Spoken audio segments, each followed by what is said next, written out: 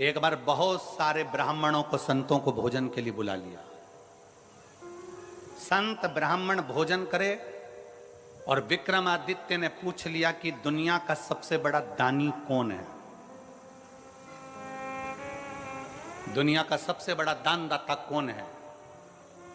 जितने ब्राह्मण बैठे थे सबने कह दिया दुनिया का सबसे बड़ा दानी राजा विक्रमादित्य है। दुनिया का सबसे बड़ा दानदाता राजा विक्रमादित्य है, अवध का नरेश है।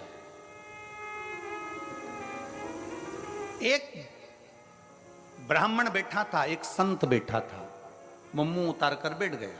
उसने नहीं कहा कि दुनिया का सबसे बड़ा दानी राजा विक्रमादित्य है, ये वो बोला ही नहीं, उसने नहीं बोला। दुनिया का सबसे बड़ा दानदाता राजा विक्रमादित्य है, ये वो बोला ही नहीं, उसके मुख से शब्द नहीं निकला, आवाज नहीं निकली। राजा विक्रमादित्य ने देखा कि ये बहुत देर से बैठा है, चुप होकर बैठा है, सबने बोला पर ये नहीं बोला है, इसका मुख उतरा हुआ है, इसका चेहरा उतरा हुआ है, जरा मैं इससे पूछूंगा जरूर, इसके मन में कुछ चल रहा है। राजा विक्रमादित्य ने उसको बुलाया और बुलाकर पूछा, क्यों ब्राह्मण देवता, सबने कहा कि दुनिया का सबसे बड़ा दानवीर राजा विक्रमादित्य है, पर आपने नहीं बोला, क्या बात है? आपके मन में कोई संशय है, आपके मन में कोई प्रश्न है, आपके मन में कोई बात है? बताओ जरा, क्या बात है, क्या संशय है, क्या विचार है आपका? राजा विक्रमादित्य की बात सुनी तो ब्राह्मण को लगा अगर मैं बोल दूंगा, राजा के पक्ष की बात बोलूंगा तो मुझे इनाम मिलेगा, पर राजा के विपक्ष की बात बोलूंगा तो मुझे मृत्युदंड मिल सकता। अगर मैं राजा के विपक्ष का बोल दूं और राजा को बोल दूं कि आप सबसे बड़े दानी नहीं हो, तो हो सकता है मुझे मृत्युदंड मिल जाए, हो सकता है कि मुझे मृत्युदंड मिले। नहीं नहीं महाराज, ऐसी कोई बात नहीं है। राजा विक्रमादित्य ने कहा, नहीं महाराज, आप ब्राह्मण होकर झूठ नहीं बोल सकते। अगर ब्राह्मण होकर झूठ बोल रहे हो तो यह श्रेष्ठता नहीं है तुम्हारी।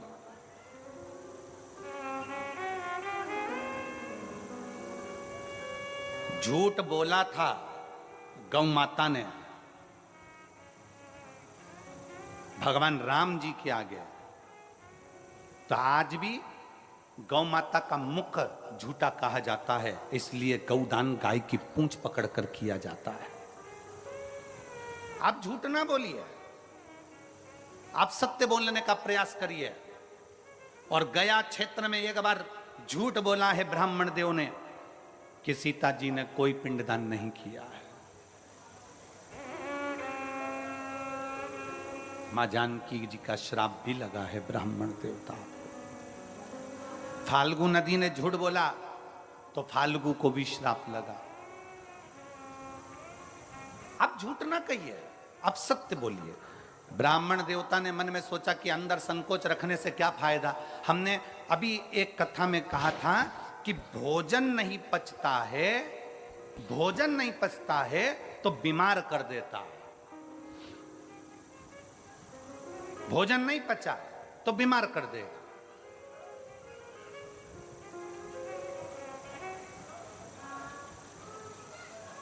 यदि भोजन नहीं पचा तो हमको बीमार कर देगा, और किसी की बात नहीं पची तो चुगलखोर बना देती है।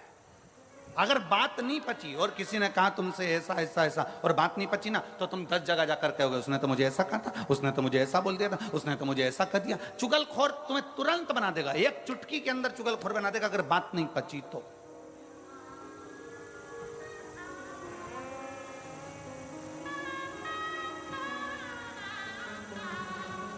धन नहीं पचा तो तुम्हें अहंकारी बना देगा। अगर तुम्हारे पास में धन आना चालू करा, पैसा आना चालू हुआ, धन संपदा आना चालू हो गई, तुम्हें पद प्रतिष्ठा मिल गई और तुम्हारे घर में अगर धन आने लगा, तो धीरे धीरे अगर पचा नहीं वो तो तुम्हें अहंकारी बना देगा। अभिमान के शब्द निकलने लगेंगे, अभिमत्ता के शब्द निकलने लगेंगे, अहमता के शब्द निकलने लगेंगे, अभिमत्ता के शब्द निकलने लगेंगे। भोजन नहीं पचा बीमार कर देगा, बात नहीं पची चुगलखोर बना देगी, और धन वैभव सत्ता नहीं पची तो तुम्हें अहंकारी बना देगी। अभिमत्ता, अहम, तुम्हें प्रदान कर दे। अहंकार।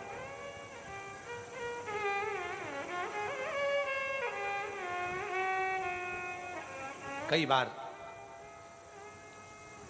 बड़े बड़े अगर कोई ऑफिसर हो जाते हैं और उनके घर के बच्चे अगर धन देख लेते हैं कि हमारे पिता के पास में कितना धन है, हमारे घर में कितना धन है, हमारे दादाजी के पास कितना धन है, हमारे दादा ये पद पर रहे, हमारे पिता ये पद पर रहे और उनके पास में इतना धन है, तो कई बार बच्चे चलते चलते रोडों पर भी किसी ना किसी से अपशब्द कहते हुए चले जाते हैं। तो मुझे जानता नहीं है, तो मुझे पहचानता नहीं है, मैं किस ऑफिसर का बेटा हूं, तूने मुझे देखा नहीं है, मैं कौन हूं, तो मुझे जानता नहीं है। मतलब धन पच नहीं रहा, धन पच नहीं रहा, इसलिए अहंकार हो गया।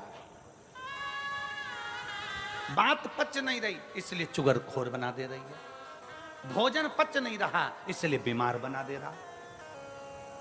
बचना भी तो चाहिए।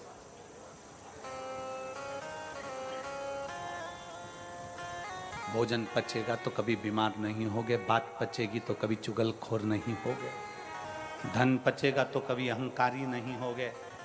पचाना सीखो, पचाना सीखो। विक्रमादित्य जी के सामने राजा के सामने ब्राह्मण खड़ा और ब्राह्मण ने पूछ रहे हैं, राजा विक्रमादित्य पूछ रहे हैं, तुम्हारे मन में कोई बात है, जल्दी बोलो, क्या बात है। इतने में उसने कहा, सरकार मैं बोल तो दूंगा, महाराज मैं बता तो दूंगा, पर आप मुझ पर नाराज तो नहीं होगे। राजा विक्रमादित्य ने कहा, मैं नाराज नहीं होऊंगा, तुम बताओ बात क्या है। राजा विक्रमादित्य के सामने ब्राह्मण ने कह दिया, महाराज तुम कहते हो कि दुनिया के सबसे बड़े दानी कौन। सबने कहा कि राजा विक्रमादित्य दुनिया का सबसे बड़ा दानी है, पर मैं कहता हूं राजन, समुद्र के उस पार एक चंद्रायन नाम का राजा रहता है। वो एक दिन में 1,00,000 सोने की मुद्रा का दान करता है। एक दिन में जब तक वो 1,00,000 सोने की मुद्रा का दान न कर दे, तब तक ना वो अन्न ग्रहण करता है, ना वो पानी पीता है। राजा विक्रमादित्य ने सोचा कि ये ब्राह्मण बोला। राजा विक्रमादित्य ने फूल की माला ब्राह्मण को पिनाई, कहा तुमने हिम्मत तो करी है।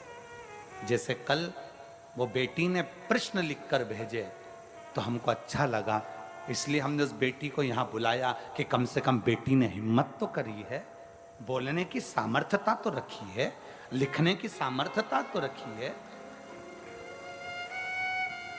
केवल सहे जाओ सहे जाओ सहे जाओ वो श्रेष्ठता नहीं है, थोड़ा बोलने की भी दम चाहिए, थोड़ा लिखने की भी सामर्थ्यता चाहिए।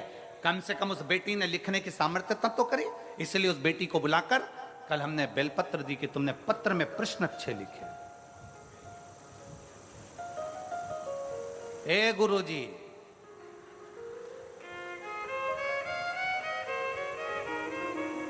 कम से कम उसने लिखने की सामर्थ्यता तो रखी।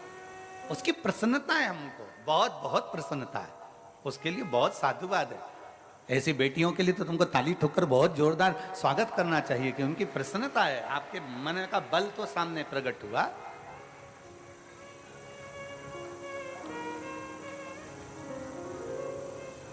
ये भीतर की प्रबलता है उसकी। राजा ने माला मंगवाई, ब्राह्मण के गले में पहनाई कि तुमने बोलने की सामर्थ्यता तो रखी। राजा को रात भर नींद नहीं आई, रात भर, कि ऐसा कौन सा राजा है जो 1,00,000 सोने की मुद्रा रोज देता है, उसके बाद भोजन करता है, पानी पीता है, जरा मैं पता तो करूं। राजा ने आधी रात को एक सेवक के कपड़े पहने और राजा समुद्र के पार चला गया। समुद्र के पार जाकर राजा उस राजा चंद्रायन के पास पहुंचा और वहां के द्वारपालों से विनती करी कि मुझे राजा से मिलना है। राजा से मिले, बताया नहीं कि मैं राजा विक्रमादित्य अवंतिका नरेश हूं। जाकर कहा, महाराज मैं अवंतिका नरेश हूं, ये नहीं कहा, ये नहीं बोला, कुछ नहीं बोला। जाकर कहा, महाराज मुझे आपके यहां काम की जरूरत है, आप मुझे काम पर रख लेंगे क्या? मुझे यहां काम पर रख लेंगे, मुझे यहां काम दे देंगे आप मुझे काम प्रदान कर देंगे? राजा चंद्रायन ने पूछा, तुम क्या काम कर सकते हो, बताओ, क्या काम करोगे तुम, वो बताओ। विक्रमादित्य ने कहा, राजा विक्रमादित्य एक सेवक के वेश में खड़े होकर कहते हैं, महाराज, जो कोई नहीं कर सकता वो काम में कर सकता, जो कोई ना कर सके। क्योंकि राजा विक्रमादित्य काम इसलिए कर सकता है, जो कोई नहीं कर सकता वो राजा विक्रमादित्य इसलिए कर सकता है, क्योंकि राजा विक्रमादित्य के पास में बेताल था। बेताल को बोल देता तो सब काम हो जाता। तो उसको मालूम है कि जो कोई ना कर पाए वो राजा विक्रमादित्य कर पाए। ठीक है, राजा चंद्रायन को प्रसन्नता हो गई कि ऐसा सेवक मुझे मिल गया। द्वारपाल लगा दिया, उसको दरवाजे पर खड़ा कर दिया। राजा विक्रमादित्य दरवाजे पर खड़े थे। सुबह सुबह ब्रह्म मुहूर्त में राजा चंद्रायन उठते और उठकर नहाने के लिए समुद्र पर जाते। समुद्र में नहाकर एक देवी के मंदिर में जाते। देवी के मंदिर में जाकर प्रणाम करते मां को, और प्रणाम करने के बाद एक खोलता हुआ तेल, उकलते हुए तेल में राजा चंद्रायन उसके अंदर तेल में बैठ जाते। बैठते बैठते तेल में राजा चंद्रायन का पूरा शरीर जल जाता, पूरा शरीर पक जाता। तब कई योगनियां आती उस देवी के मंदिर से, कई योगनियां आकर उसको नोच नोच कर खाती, और खाते ही राजा चंद्रायन के ऊपर देवी मां उसी समय पर बाहर निकलती मंदिर से, हाथ में जल लेकर राजा चंद्रायन पर छींटती, और राजा चंद्रायन वापिस जीवित हो जाता, और देवी उसको 1 लाख सोने की मुद्रा दे देती, और राजा वो सोने की मुद्रा ले जाकर दान दे देता। विक्रमादित्य ने ये देख लिया। राजा विक्रमादित्य ने ये देखा, राजा विक्रमादित्य ने ये जाना कि ये देवी के मंदिर में आता है, पानी में उकलता, तेल में उकलता है, उकलने के बाद देवी जी इसको 1 लाख सोने की मुद्रा दे देती है। अब राजा विक्रमादित्य ने विचार करा, बस देखना था कि मुद्रा आती कहां से। राजा विक्रमादित्य सुबह दूसरे दिन खुद पहुंच गया। राजा उठकर जाता, उससे पहले विक्रमादित्य गया। विक्रमादित्य जाते से ही स्नान करा, देवी को प्रणाम करा, खोलते तेल में खुद बैठ गया। उसका शरीर जला, जलने के बाद देवी प्रकट हुई। देवी ने प्रकट होकर जल छीटा, विक्रमादित्य जीवित हो गया। जीवित हुआ, देवी ने 1 लाख सोने की मुद्रा राजा विक्रमादित्य को देना चाहिए। राजा विक्रमादित्य ने कहा, मां, मुझे ये सोने की मुद्रा नहीं चाहिए। राजा फिर गया, नहाया, नहा के फिर खोलते तेल में कूद गया, वापिस कूदा, देवी ने फिर जीवित कर दिया। देवी जी ने फिर सोने की मुद्रा दी 1 लाख।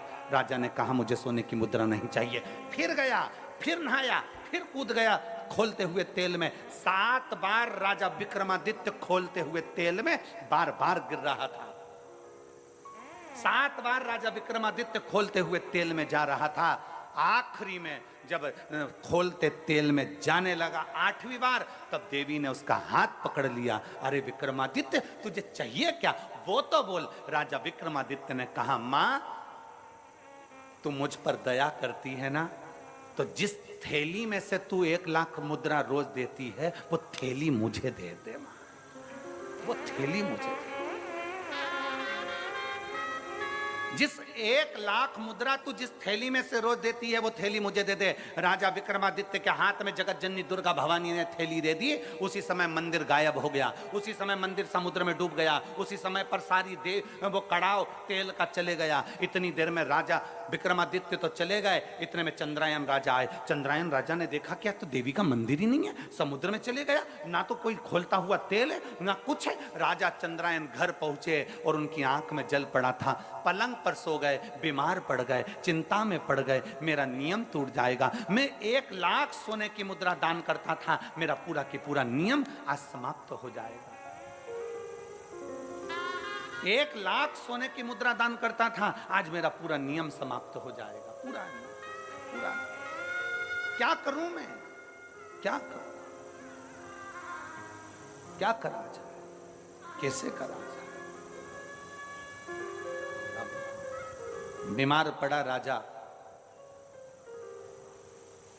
राजा बीमार, पूरे नगर में सूचना हो गई, पूरे नगर में, पूरे नगर, और पूरे नगर में जब सूचना हुई, पूरे नगर में जब सूचना हुई, सारे नगर में सूचना पहुंच गई। और पूरे नगर में जब सूचना पहुंची, सूचना होने पर मालूम पड़ा कि राजा बीमार पड़ गया। विक्रमादित्य राजा के पास में पहुंचे और राजा विक्रमादित्य ने कहा, महाराज आप बीमार क्यों पड़े हो? राजा चंद्रायन ने अपनी पूरी बात बता दी। विक्रमादित्य ने कहा, महाराज बीमार मत होइए, ये सोने की थैली लीजिए, रोज 1 लाख मुद्रा इसमें से निकाल लीजिए, दान कर दीजिए। राजा चंद्रायन ने पूछा विक्रमादित्य से, तुम्हारे पास ये थैली कैसे आ गई? महाराज जब आप मुझे सुबह अपने साथ लेकर गए, मैं दरवाजे पर खड़ा था, मैंने देखा आप खोलते हुए तेल में उकल रहे थे, चीख रहे थे, आपका दर्द मुझसे सहन नहीं हुआ, इसलिए देवी माँ की आराधना कर कर वो थैली में आपके लिए लेकर आ गया। ये लो थैली आपके पास में रखी है। वो थैली में आपके लिए लेकर आ गया, ये थैली आपके पास रखी है। ब्राह्मण को सूचना मिली कि राजा चंद्रायन को सोना उगलने वाली थैली विक्रमादित्य दिया है। तब राजा के दरबार में आकर ब्राह्मण चिल्लाकर बोला कि राजा विक्रमादित्य जैसा दानी दुनिया में कोई नहीं हो सकता। अगर वो थैली धमतरी वालों तुम्हें मिल जाती तो संसार के किसी व्यक्ति को वो सोना उगलने वाली, सोना देने वाली, 1 लाख स्वर्ण मुद्रा देने वाली थैली संसार के किसी व्यक्ति को मिल जाती तो कोई उस चंद्रायन राजा को नहीं देता, स्वयं दान करता, स्वयं करता। पर विक्रमादित्य वो दानी थे जो दूसरे का दुख देखा नहीं जाता था। उनको उकलते हुए तेल में देखा, उनको तड़पते हुए देखा, तो राजा विक्रमादित्य ने सोचा ये रोज तेल में उकलेगा, इसलिए मुझे ये देखा नहीं जाएगा, तो सोने की थैली दे दी। अब मत उकलना, ये सोने की मुद्रा तुम दान करते रहो, ये सोने की मुद्रा तुम देते रहो, ये सोने की मुद्रा तुम प्रदान करते रहो। दानी वो नहीं है जो बहुत सारा धन दे दे, दानी वो नहीं है जो किसी को वस्त्र दे दे, दानी वो नहीं है जिस किसी को पूंजी दे दे, दानी वो नहीं है जो किसी को स्वर्ण दे दे, दानी वो नहीं है जो बहुत सारा धन दौलत